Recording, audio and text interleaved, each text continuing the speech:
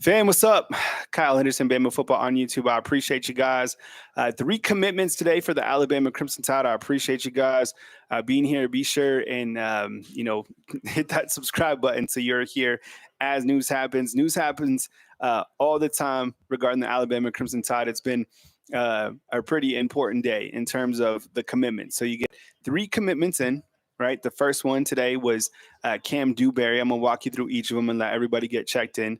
Then you had Isaiah Horton, and then this evening you get Nikhai Green. So another pickup for the Alabama Crimson Tide. We'll talk about each of them. I appreciate you guys being here. What a day. You know what I'm saying? Like, it's amazing to see just a couple days ago, Greg Burns saying that, they needed help for Alabama to come through and yay, Alabama. And then today you see what has happened and what has transpired. And you see that, not only did Yay Alabama blow up in subscriptions, but now you get 3 commitments and you're wondering when the good news was going to come. Well, here's the good news. And while people are watching the college football playoffs, Alabama is landing prospects from the transfer portal. So I appreciate you guys being here, all 26 of you, as everybody gets checked in. I know it's been news after news. So let's walk you through it. And I appreciate you guys being here.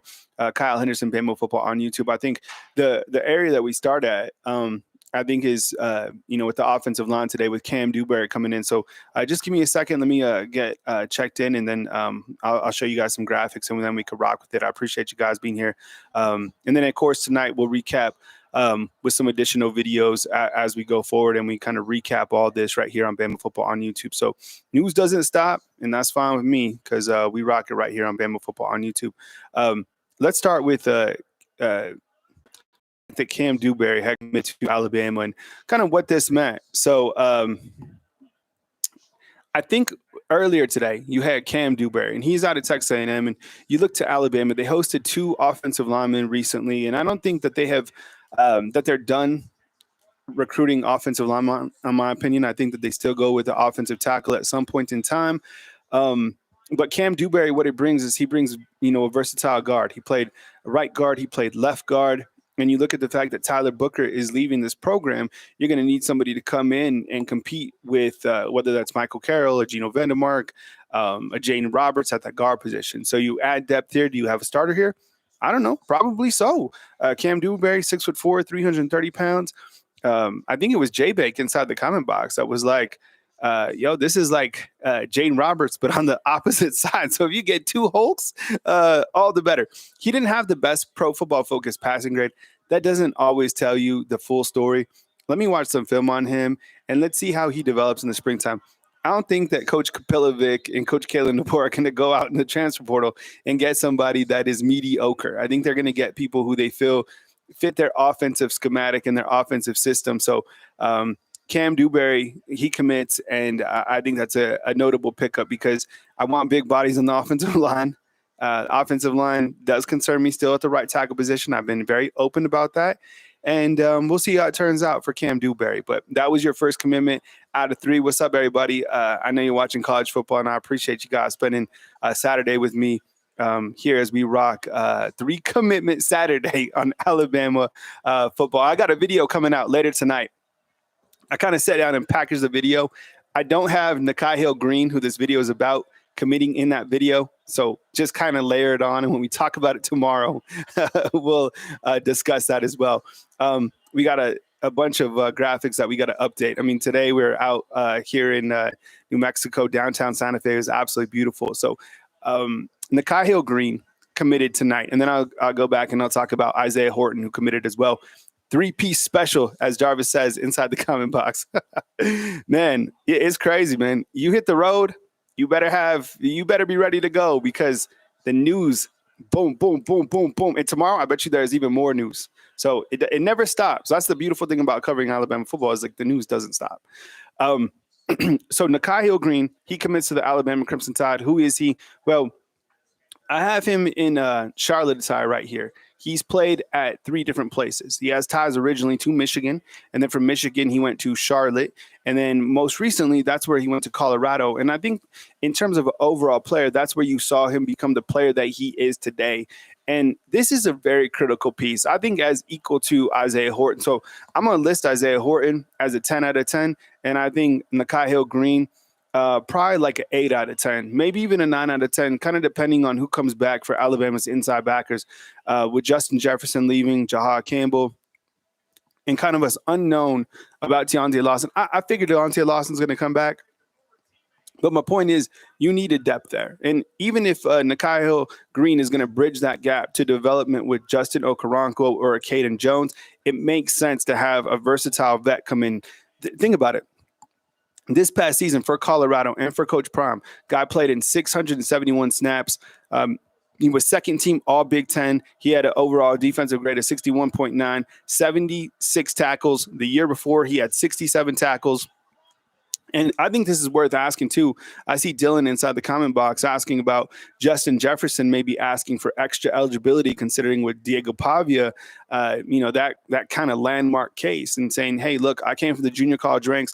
I want another opportunity to play as well. So does that mean that Justin Jefferson maybe comes back to Alabama? I think it's something that they certainly explore for sure. So, again, Nikhai Green commits, Cam Duberry commits. I'm going to talk about Isaiah Horton one more time on this quick video. I know you guys are watching your college football. And then later tonight, I have another video going out talking about Isaiah Horton and Cam Duberry. I don't have Nikhai Green in that video because he just committed now. So this is your video on Nikhai Green. You get what I'm saying? But I appreciate you guys being here. But definitely two impactful pieces with Nikhai Green and Cam Duberry. Now, the next one we are going to talk about, clearly notable. So let me find him here on my graphic board. And that is Isaiah Horton. So you needed a wide receiver because you had 4 wide receivers that hit the transfer portal most recently. You had Kendrick Law, who's going to Kentucky. You had Kobe Prentice, who's going to Baylor. You have Caleb Odom, who's going to Ole Miss. And you have Emmanuel Henderson. I don't know where he is going to go. You needed a wide receiver to come in that was a veteran, that could be a different playmaker aside from Ryan Williams and Jeremy Bernard, because I think all these players, they have different elements, right? Ryan Williams is superstar, megastar, best wide receiver on the planet Earth, right? You have Jeremy Bernard, who's more than a possession. He has big playability as well. But neither of those guys, I mean, Ryan could do whatever he wants, but I think where you add Isaiah Horton is a certain mismatch in the red zone. And this is somebody who I have been begging for, screaming for Alabama to get somebody like him to where you get, 25 yards out and you could throw a deep fade to a guy that has, a near 40-inch vertical that can go up and get the football and make it hard for a defensive back to come down with, right?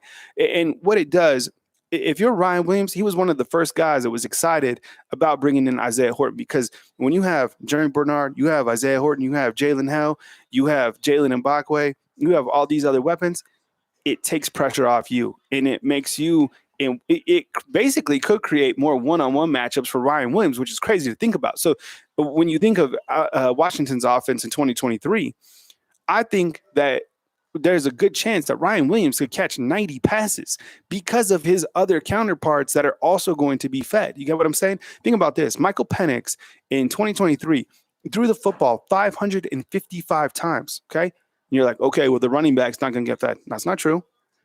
That year, Washington's running back ran the ball 213 times. This is the type of offense that Coach Kalen DeBoer wants here at the University of Alabama. So I don't think you've seen the offense for Alabama just yet.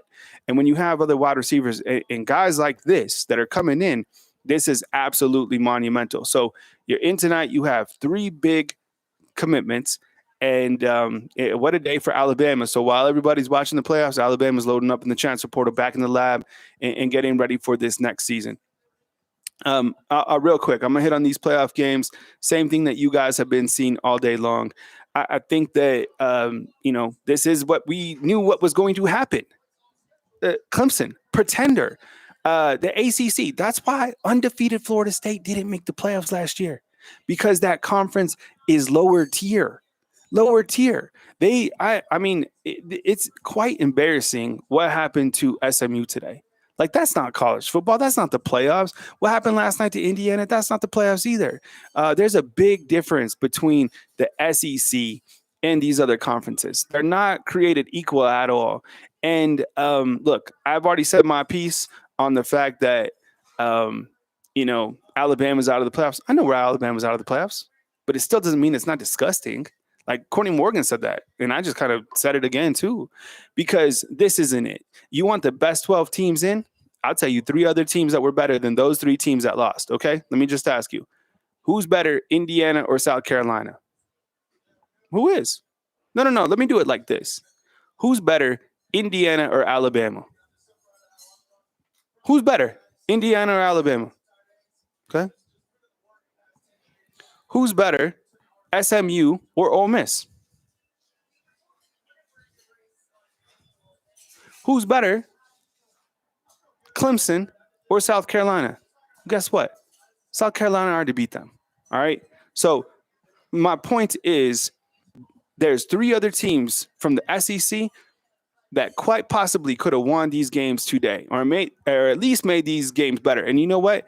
I guarantee you, when they start to look at the ratings, they are going to see ratings dip off because none of these games. Look. I'm watching football because I watch football. I'm with my family. I'm still hanging out, I'm watching on my phone when I can, things like that. All these games are boring. Every single game that I have seen so far, the first 4 minutes of that Notre Dame game, okay, a little bit exciting. I was excited to see what SMU could do. 3 interceptions right off the bat. This other game, today, this Clemson and Texas game. I guess Clemson, scored a touchdown here or there at the back end, but I wasn't impressed. I was bored. In this upcoming game, this is the only game. Listen to me. This is the only game that is worth watching is tonight because it's the 2 power conferences, Ohio State and Tennessee. Other games have been absolute trash. All of them. All of them have been trash. Okay. So next week, Boise State, Arizona State, they eagerly await their ass kickings. Okay. Let's call it what it is, because these other teams that are coming to meet them, they should have never had buys. You're about to find out as well. Okay.